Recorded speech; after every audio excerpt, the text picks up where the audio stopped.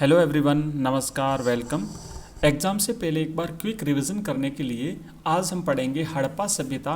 इतिहास का first chapter है क्लास 12 के लिए, ईंट, मनके और अस्थियाँ। यहाँ पर बिल्कुल सिंपल और शॉर्ट में हम रिवीजन करेंगे। तो आइए जल्दी से शुरू करते हैं। पहले हम यहाँ पर कुछ महत्वपूर्ण चीज़ देख लेते हैं कि इस वीडियो में हम क्या क्या देखने वाले हैं। तो यहाँ पर हम हड़प्पा सभ्यता में जो सामाजिक भिन्नताएं हैं उसके बारे में पढ़ेंगे, साथ ही साथ शिल्प उत्पादन आदि के बारे में, और फिर अंत में हम देखेंगे व्यापारिक संबंधों के बारे में कि हड़प्पा सभ्यता का बाकी सभ्यताओं से व्यापारिक संबंध कैसा रहा था, हड़प्पा सभ्यता में शिल्प उत्पादन कैसा था, और उनकी सामाजिक भिन्नताओं के बारे में इसमें जानेंगे।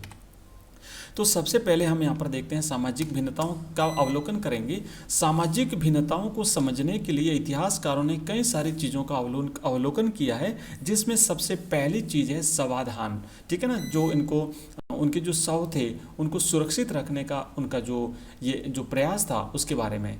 जैसा कि आप मिस्र के पिरामिडों के बारे में जानते हैं, मिस्र में यहाँ पर जो पिरामिड बनते थे, इसके नीचे वो जो शासक लोग थे उनकी डेड बॉडीज को नीचे गाड़ा जाता था। ये मिस्र के पिरामिड हड़प्पा सभ्यता के समकालीन थे। इसमें से कई पिरामिड राजकीय समाधान थे जहां बहुत सी मात्रा में धन और संपत्ति पाई गई है। इसी प्रकार हड़प्पा सभ्यता में भी आमतौर पर मृतकों को गड्ढों में दफनाया जाता था और इनके साथ विभिन्न प्रकार की वस्तुएं भी साथ में दफनाई जाती थी। ये सामाजिक भिन्नता को दर्शाता है। तो थोड़ा सा भिन्नता यह है कि उन्हें पिरामिड बना करके उसके नीचे दफनाया जाता था, यहाँ पर गड्ढे बना करके इसमें दफनाया जाता था। वो लोग भी, मिस्र के लोग भी इसके साथ में कई सारी चीज़ें दफनाते थे, और यहाँ से भी ऐसी कई सारी चीज़ें मिली हैं। तो ये तो था इनका सामाजिक जीवन और उसकी भिन्नता के बारे में। अब यहाँ पर कुछ और चीजें हम देखेंगे। कुछ कब्रों में मृदभांड और आभूषण मिले हैं। हड़प्पा सभ्यता की बात कर रहे हैं यहाँ पर हम। कुछ जो कब्रें हैं वहां से मृदभांड, मिट्टी के बर्तन और आभूषण मिले हैं, जो इस मान्यता की ओर संकेत करते हैं कि इन वस्तुओं का प्रयोग मरणोपरांत भी किया जा सकता है। ऐसा वो लोग मानते होंगे कि मृत्यु के उपरांत ये बर्तन इसका प्रयोग करते होंगे वहां पर, इसी के लिए इनके साथ ये चीजें गाड़ी जाती थी। महिला और पुरुष दोनों की ही कब्रों से आभूषण प्राप्त हुए हैं। महिलाओं की कब्रों से भी आभूषण मिले हैं, पुरुषों की कब्रों से भी आभूषण मिले हैं।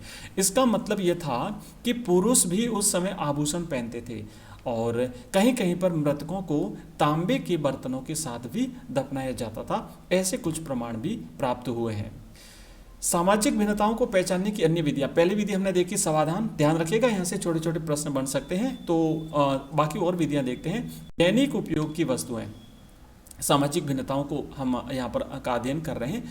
तो दैनिक उपयोग में आने वाली वस्तुओं में मिट्टी और पत्थर से बनी दैनिक उपयोग की वस्तुएं जैसे मृदभांड, चक्कियाँ आदि।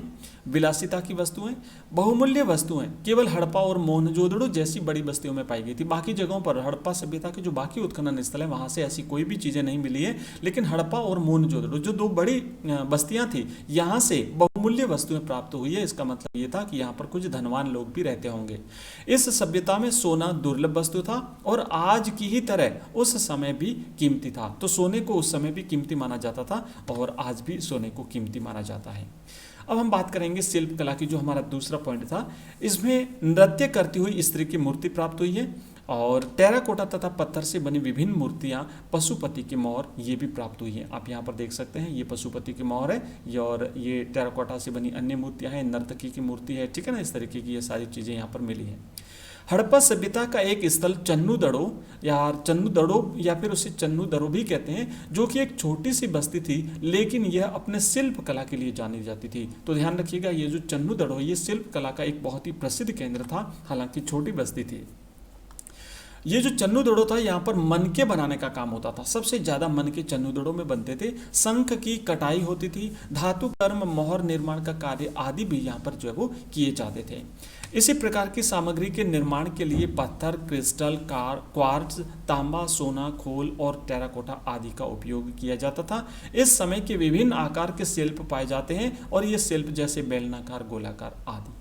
ठीक है, तो ये हमारा आधा पाठ हमने किया है। इसका शेष भाग हम नेक्स्ट वीडियो में करेंगे। आगामी एग्जाम के दृष्टिकोण से एक बार क्विक रिवीजन करने के लिए छोटे छोटे टुकड़ों में मैं आपको रिवीजन करवा रहा हूँ। अगर आपको वीडियो पसंद आया तो चैनल को लाइक, शेयर, सब्सक्राइब अवश्य कर दीजिए, और इसकी पीडीएफ चाहते हैं तो इसी वीडियो की डिस्क्रिप्शन में हमारे टेलीग्राम चैनल का लिंक मिलेगा, ज्वाइन कर लीजिए। वहाँ पर आपको हमारे सभी वीडियोज़ की पीडीएफ मिल जाएगी। Thank you.